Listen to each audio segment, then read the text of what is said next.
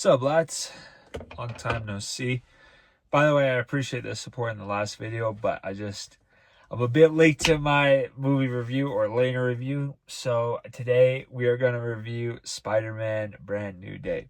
First off, a lot to say about the new Spider-Man movie. So since like 2021, or I guess technically 2023, but 2021 for live action, there have not been any Spider-Man films recently, and Tom Holland now just got his fourth Spider-Man film.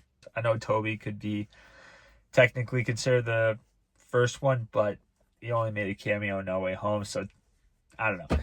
Anyways, crazy news. This movie has already grossed $1 billion in the first weekend, which is absolutely insane. Like, this movie has had so much hype going around it. Yeah, so much to say about it. Now, is it the best Spider-Man movie? No, but I'm going to get into that. So, as you know, we're going to start off with things I like, things I don't like, and then I'm going to give my review at the end. Number one, Tom Holland's performance in this movie was incredible. Honestly, best performance of Spider-Man, I think, since No Way Home. No Way Home, it's kind of hard to pick, but in this movie, like, his performance just got so much better. What's great about this film is it highlights him being more of Spider-Man.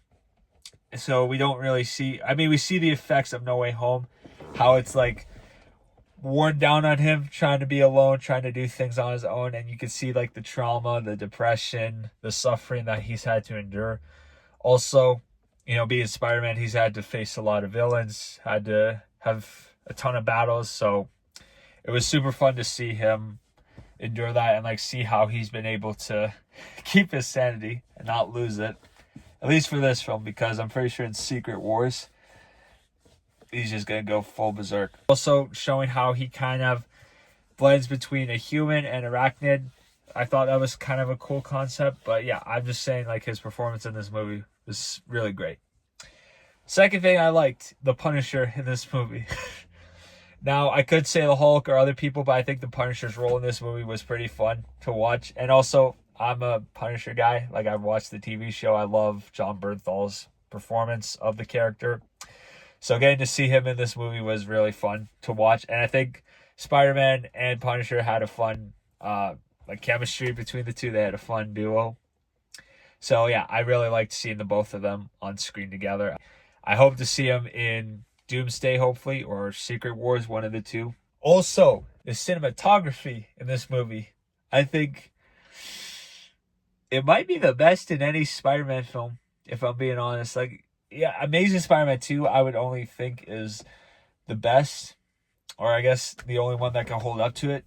No diss to the Tobey films, but like, this movie's cinematography was just incredible. It's so beautiful to look at. Yeah, no, just the shots, the way that they had him web swing, everything. I just loved the cinematography in this movie. I thought it was the best. I've watched all the movies. I'm a big Spider-Man fan. Some of you might not think so. Batman is my favorite superhero, but Spider-Man is technically my favorite superhero with powers, technically. So, I'm a big Spider-Man fan, and I thought the cinematography in this movie was just outstanding. The other great thing is the action. The same director of Shang-Chi directed this, so I knew that there was going to be some good action in this movie. The fight scenes, the choreography, just the way the characters like move. It just feels so real and like so unique compared to like the previous trilogy, like with Homecoming, Far From Home, No Way Home. Like, this movie just felt different in everything.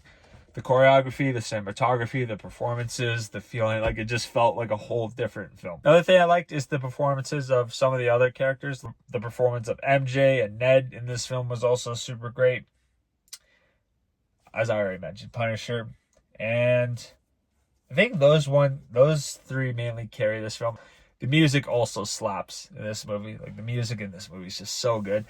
There's always a thing with Spider-Man films. I feel like Spider-Man films have some of the best music you could have in any movie series, along with Star Wars and other franchises. I guess other Marvel films, DC films. But honestly, this movie has such a great soundtrack to it. So those are mainly the things I like. Now I'm going to get into the things I didn't like. So number one, how they kind of underused the Hulk. Now, We were told that Hulk was going to be in this movie, and if you saw the trailers, it was revealed that Hulk was in this movie. And I think what they did with Bruce Banner was pretty interesting. And yeah, they brought Savage Hulk back in this movie, which is great. Enough with the stupid Smart Banner or whatever. Smart Hulk. I hate that. So they brought Savage Hulk back for like 5 minutes. I don't even think 5 minutes, less than that. And then Bruce Banner just leaves. I don't know what the heck was that about. I thought it would have been cool if they brought Hulk in to do some fighting at the end. I thought that would have been sweet. It just feels like Marvel really underuses Hulk. I just don't know why. Like, I'm going to make a lot of people upset. I still think the Incredible Hulk movie is one of my favorite Marvel films. Come at me. I don't care. I guarantee that there is no Hulk film that does anything like that. That is the Hulk that we should have gotten in the whole MCU. The Hulk in The Incredible Hulk 2008 with Edward Norton is the best Hulk we've seen on screen. I thought some parts at the end were kind of weird. It leaves a bit like unresolved, I guess you could say. It just doesn't feel like the conflict gets resolved at the end. It's just so many open-ended questions. Like open-end. They don't really clear anything up. I'm not going to spoil what. It feels like there's just some stuff they could have cleared up a bit more. I suppose another thing I didn't love was how they kind of overhyped the movie. Like, there was talks and critics were also saying that this is the best Spider-Man film to ever be released, ever. So I had some high hopes going into this. I just don't think that this movie is the greatest Spider-Man film. That's just my humble opinion. And I know I'm going to piss off people with what I'm about to say. My favorite Spider-Man film still is Spider-Man 3. And I know what you're going to say. Why? Come at me. I don't care. That will probably always be my favorite Spider-Man film. So I'd say my favorite Spider-Man films are Spider-Man 3 and definitely Across the Spider-Verse, because those two, they just slap. So I think that's pretty much it for what I have to say about Brand New Day. Sorry, I'm just cleaning up some stuff. All right, let's focus.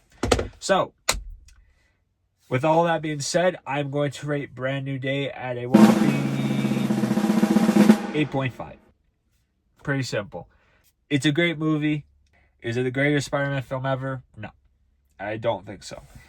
But it is good. And I cannot wait to see what they do with Tom Holland's Spider-Man in the next upcoming Marvel films. Like, I don't think he's going to be in Avengers Doomsday, but we still don't know. There's probably a ton of characters that are in it that haven't been revealed. So Tom Holland might be in it. But I think the main consensus is that he's going to appear in Secret Wars as the Black Symbiote.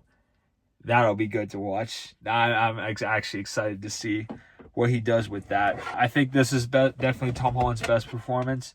People are going to probably say that now he's the best Spider-Man ever.